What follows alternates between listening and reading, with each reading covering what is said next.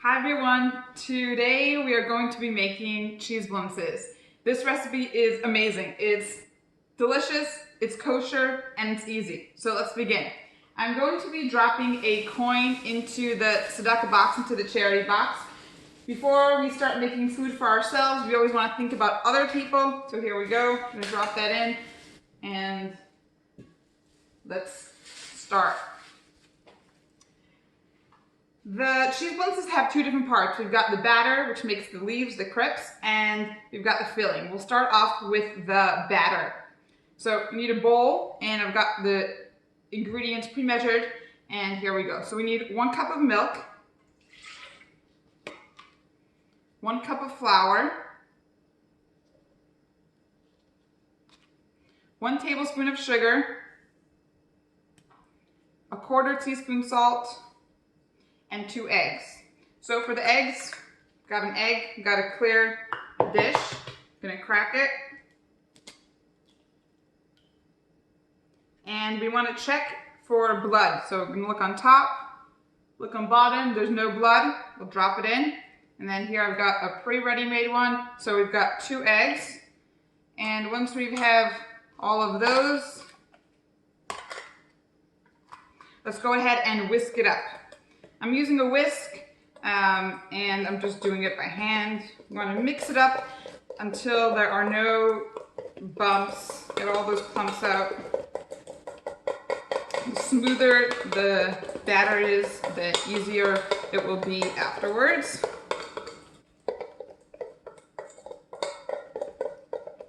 Okay, here we go. We've got our batter. And what we do with the batter is we put it in the fridge to sit for an hour. This way, all those bubbles inside of it can kind of relax, and it will be easier when we pour it in. So I'm gonna put that in the fridge, set it in there. Okay, in the meantime, I already have a ready-made batter that I made before that's been chilling in the fridge. Okay, we have right here a frying pan. I'm going to pour in about a tablespoon of oil. And we'll let that heat up.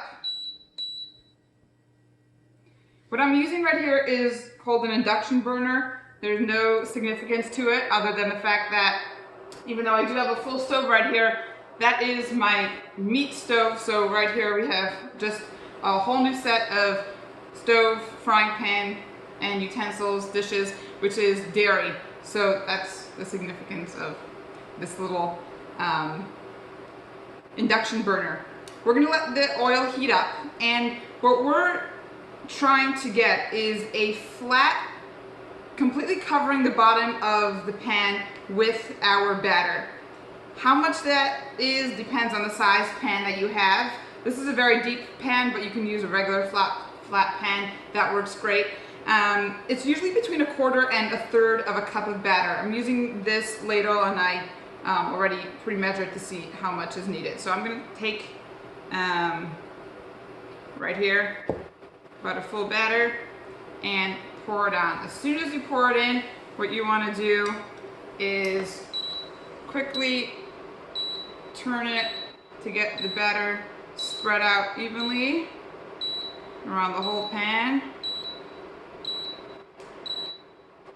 That's the beeping is the induction letting me know that we lost our magnetic connection. Okay, once you have it all flat, put it back on for about a minute or so until the ends start to curl up. In the meantime, I'm going to show you how to be making the batter. So we've got our bowl. First thing we've got is 1 pound of cottage cheese. Okay, I'm gonna put that inside. Thanks to our Seattle Kosher, which does delivery of kosher food once a week here in Olympia. We're lucky we got our cottage cheese. Okay, we've got 2 pounds of cottage cheese. We have 1 tablespoon of flour, 1 tablespoon of sugar, 2 egg yolks, and a teaspoon of vanilla. Put that all inside. And we are going to mix that up right here. Oh, it looks like our crepe is ready. The edges are starting to curl up. Go ahead and give that a flip for a couple of seconds. Okay, we'll keep mixing up our batter.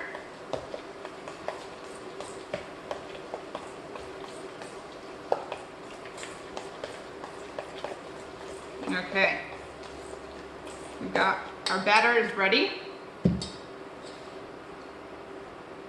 And let's flip this out. Okay, shut that off for a moment. Now we have our crepe. I'm gonna let that cool. I have crepes that I made before ready. Here we go. I'm going to show you how to fill it.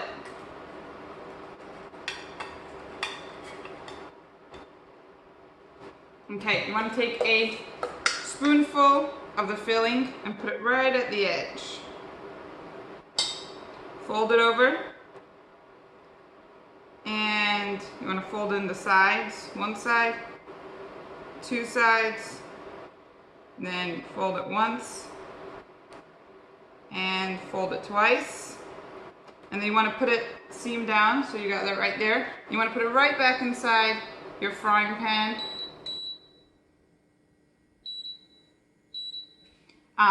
And you let it fry for about 2 minutes on each side. Let's do that one more time. Show you right here. Put the filling in, fold it over once. There we go. You can see that. Fold it over one side, the next side, and once and twice. Here we go, we've got our blintz, and again, seam side down on the bottom, and that's going to sit there and fry. Okay, I'm gonna, in the meantime, show you about some fillings, some toppings. We've got 2 blintzes that are ready right here. And with our little poll that we took before, it seems like our 2 favorite toppings are sour cream and blueberries. So here we have sour cream and blueberries. What I'm going to do is take a nice generous amount, pour it over on top, spread that out, and take some delicious fresh blueberries and sprinkle that all over. And here we go, we got our delicious blintzes. Now, why do we eat blintzes? I never need an excuse to make blintzes, but it is a custom to eat dairy foods on Shavuot. There are several reasons given for this. One of them being that on Shavuot we receive the Torah. The Torah is compared to milk. Just like a mother's milk is nourishment for the child, so too the Torah is our nourishment. And on Shavuot we want to make sure we get the physical nourishment, we eat our delicious dairy treats, as well as some spiritual nourishment. Another reason we eat dairy foods on Shavuot is because the word milk in Hebrew is chalav, and it's spelled chet, lamed, and vet. Chet would be the numerical value of 8, lamed would be 30, and vet would be 2, which comes out to 40. And this reminds us of the 40 days that Moses went up to Mount Sinai after receiving the Torah. Okay, Mendel, you ready? Come on up. We've got our test taster.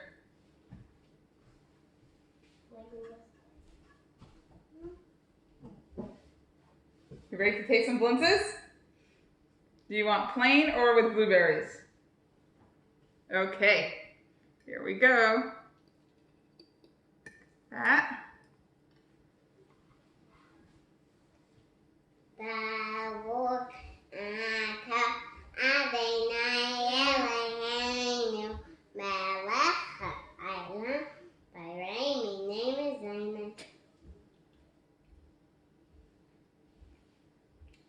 How does it taste?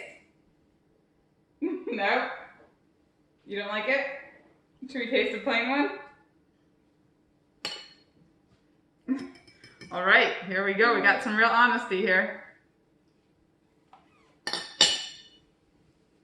What does it say?